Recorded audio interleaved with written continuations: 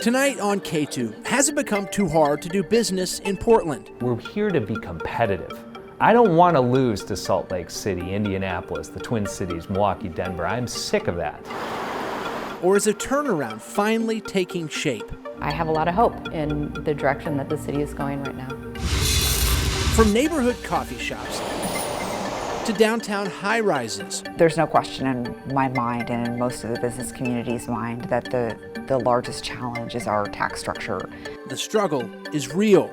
For many, the struggle is not just about profits.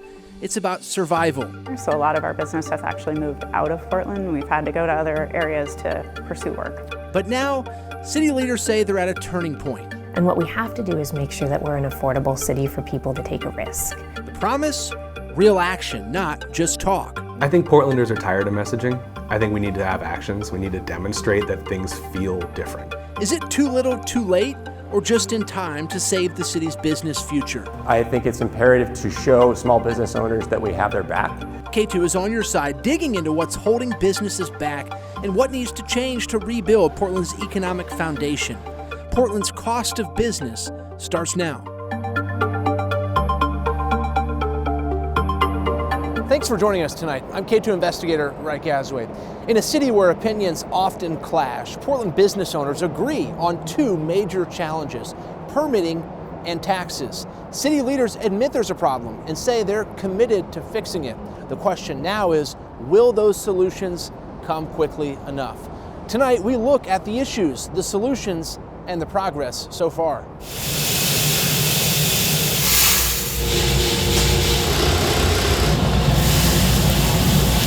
Few things say Portland like the aroma of freshly roasted coffee. Most of the folks who roast in this space are very particular with how their coffee tastes. This is actually the first machine that we installed here at the Buckman. Cassie Gleason started Buckman Coffee Factory in 2015 in Southeast Portland. This allows people to roast and bag their own coffee. That's right. Without having to buy all the equipment. Yep, exactly. It's a co-roasting facility with a simple concept. Coffee companies pay her hourly or through a membership to get access to their equipment. As a small business, you know, it's really expensive to actually find a brick and mortar, to get a good lease. The purchase of the equipment itself is really expensive. Going through the process of installing the equipment, making sure you're up to code, all those things are like really onerous for a small company. Yeah. It's a novel concept in a city that loves its coffee. We're actually in operation 7 days a week. Cassie says her facility gives coffee makers the agency to make their own product. However, Cassie's experience trying to expand her business illustrates the city's complicated rules to do so. People walk by all the time, looking in, wanting to buy coffee, and so we were ready to take that leap. Taking that leap and opening a coffee shop meant doing the research, but that research turned into a roadblock. There was a requirement on making some repairs to the sidewalk that were above and beyond just repairing the sidewalk, and then we were also asked to put in a door. Cassie and her sister ended up abandoning the project for now. At the end of the day, there were just too many expenses. It would never have penciled out for us. Cassie's experience is similar to stories we've heard from other corners of the city. It's been the subject of numerous KATU investigations. The permit requirements are written into city code and triggered by certain upgrades or projects. In Cassie's case, changing the occupancy of a building. The city code says that leads to more visitors, so Cassie has to improve the sidewalk to accommodate those guests. Business owners say the cost of these projects is so high, it's tough to open or expand. It comes as no surprise to City Councilor Jamie Dunphy. One thing we hear when we talk to business owners, small business owners particularly, is the permit process is complicated, but it's also really expensive. Yeah. Almost too expensive to get into the game. Absolutely. What are you hearing from your constituents? Yeah, I hear exactly the same, that if people want to even get access to renting a storefront and opening that local coffee shop, that the permitting and the pace by which the city actually approves these projects is so slow and so cumbersome and so exceptionally expensive that it makes it completely prohibitive from even starting. Critics argue the rules are one reason development in Portland has slowed to a crawl. Michelle Schultz sees it firsthand. A lot of our business has actually moved out of Portland. We've had to go to other areas to pursue work. She works for the Portland-based GBD Architecture. The design firm helps developers plan their projects. She says the city's permitting process is just one reason so much of her business is now outside the city. I think it is expensive, but it can be expensive in other jurisdictions. The duration is long, but a lot of times it's more the uncertainty of you can't just know, okay, I'm doing this project, it's going to take me 6 months or it's going to take me a year, like that, knowing that, and 6 months is a lot of potential opportunity to be leasing space and getting revenue on a project. There are a number of cities, even in kind of our metro region, where it is it's much easier for developers to really understand what their timeline is and how quickly they're going to be able to get a shovel in the ground. Councilor Dunphy says there's urgency to change the system. Family members and community members who are trying to build something out of nothing. And we really should build our entire system around accommodating those and trying to allow for new, exciting, experimental types of businesses. To that point, Dunphy and his colleagues unanimously approved relaxing permitting rules tied to some development projects. Certain projects won't have to fix things like sidewalks and street corners in order to renovate the inside of a building through early 2029. I think that there are some things that are a relic of our Cowboy West ways, and that we put the responsibility on the individual, rugged individualism. If you're going to participate, this is your cost to participate in our city. But we can't operate that way. We are seeing such major disinvestment. We are seeing so many layoffs happening in the region, and we are seeing the economy barely staying alive. And we can push right now in order to make some of those requirements more on the public responsibility and less on the individuals to try and do that. The system isn't serving us well by requiring individuals to do this. That's why you end up with weird orphan sidewalks that are only one property wide. It's why you have inconsistent building standards and inconsistent access standards throughout major business districts. Dunphy says council plans to go further on overhauling permitting rules. I think Portlanders are tired of messaging. I think we need to have actions. We need to demonstrate that things feel different, that things are behaving differently, that they are actually operating in a way that they can feel that they are being heard and that they don't feel abused at the end of the process. That may look like waiving certain requirements for smaller projects or smaller businesses. He says his aim is creating a system that recognizes the difference in building a whole campus versus opening a small business. Other major cities have that level of nuance, and for whatever reason, Portland has been a bit of a blunt object. If this is a big apple, you're going to take a bite at a time. What are some tangible bites you see that the city council can take to make a difference? I want to have those further conversations about understanding where our code is in conflict between the Transportation Bureau and the Sewer Bureaus. I want to understand how can we get it so that fewer cooks are in the kitchen. The city of Gresham, every permit only is looked over by 2 engineers, but in the city of Portland, it's 8 engineers that have to look at something. And it's not that Gresham is getting less safe, less quality housing. The processes just work better. I think that we don't need to have the world's best permitting system, but we can certainly be as good as Gresham or Milwaukee or Happy Valley. Portland City Council President Alana Pertogini sees it the same way. So how do we make our code as easy to navigate as possible? How do we make sure that that balance, what costs are individuals taking on when they make changes to their property versus what costs are socialized across the city is right, so that we can continue to hold the line on the things that have to do with our future and our values as well. And what we have to do is make sure that we're an affordable city for people to take a risk. There's a real spirit of cooperation. We love to share roasting techniques. Small business owners like Cassie say the shift at City Hall, the acknowledgement that things need to change, is noticeable. It's one reason there's newfound optimism. Some of the things that I've personally dealt with, like some of the irrationalities of our situation, and I feel like it's landing with people I've talked to, and they're looking at real solutions. The question, will those real solutions come quickly enough? Coming up, we're here to be competitive. I don't want to lose to Salt Lake City, Indianapolis, the Twin Cities, Milwaukee, Denver. I'm sick of that. Is Portland's tax structure helping or hurting its quest to beat competitor cities? Welcome back. If permitting represents the hardest part about getting open, taxes may be the hardest part about staying open, depending on who you ask. We also learned it may be one thing holding Portland back.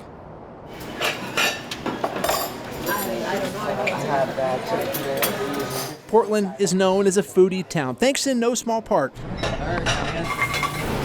to what happens in kitchens like this.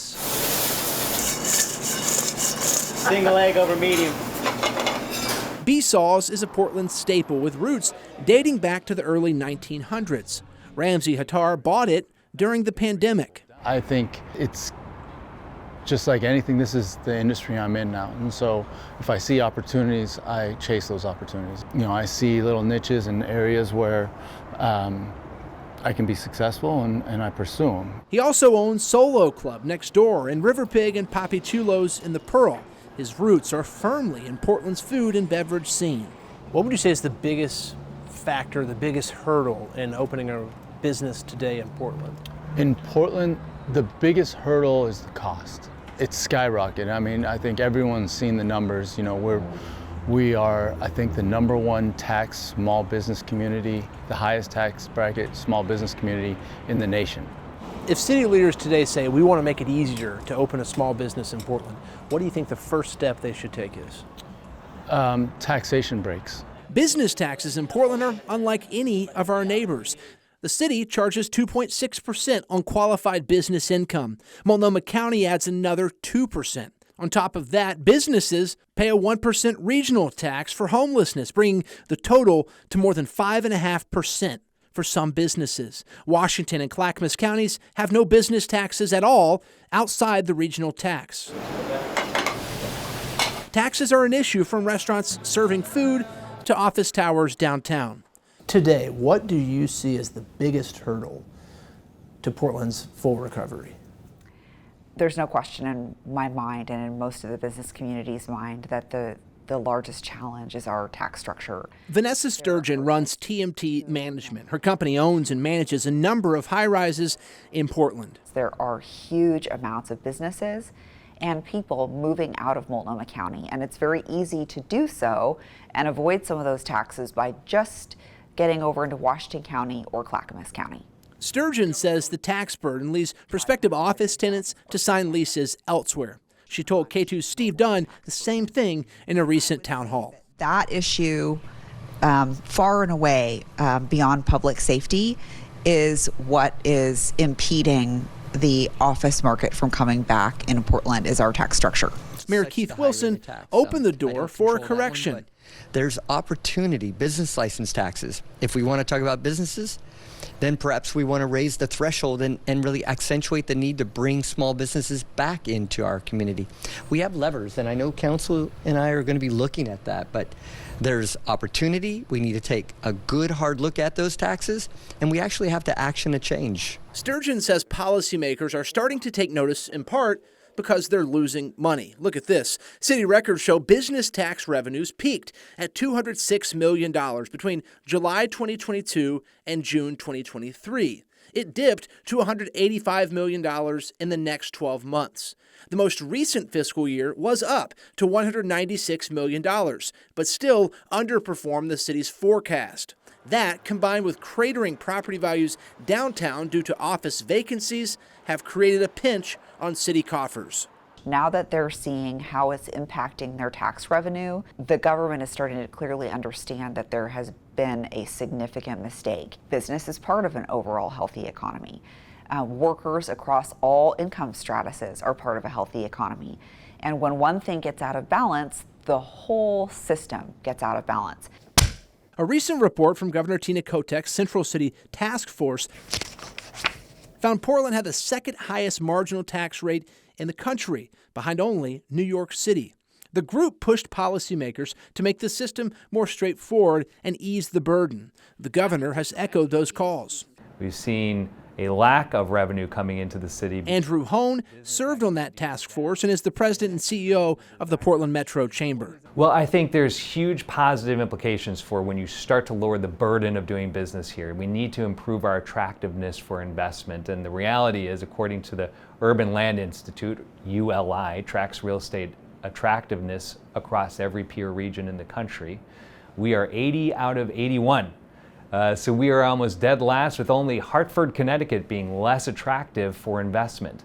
And while people may say, why does that matter to be an attractive place for investment? It's because the government can't just build buildings by itself. The private sector can't just manifest money on trees. You need to attract capital to build things like housing, multifamily housing, which we desperately need. Hone says things are changing, no doubt. The things that have changed for me is that if I use the word incentive in 2019, that was a 4-letter word.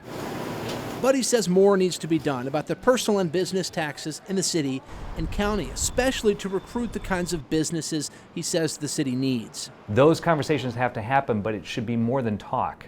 We actually need people to put ideas on the table that are legislative or electoral. We really need to get to brass tacks in a literal sense around getting these fixed before we lose too much of the economy, too much of the vibrancy of the city, and that will be hugely detrimental to our well-being and our national reputation, frankly. The mayor's comments you heard in that KATU town hall are proof of the changing sentiment. Councilor Jamie Dunphy proposed doubling the income threshold for the city's business tax. So far, nothing has changed. Many business owners are hopeful that happens soon. If they came out and said, hey, we're going to raise the threshold, we're going to waive it for a certain period of time, what kind of difference do you think that would make for small business owners? It's a huge difference.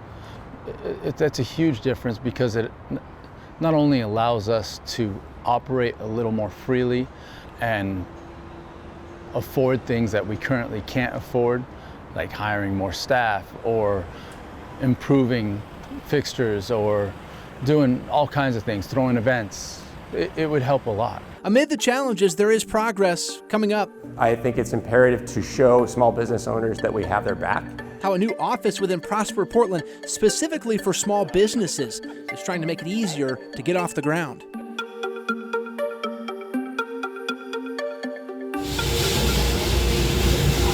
You can see that the coffee looks like it's dancing. It's actually being turned. There's more than just coffee brewing in Portland. Despite the headwinds from things like permitting and taxes, the city has a new blend it hopes wakes up small business growth. I'm John Beebe, and I am a small business liaison with the Office of Small Business for Districts 1 and Districts 3.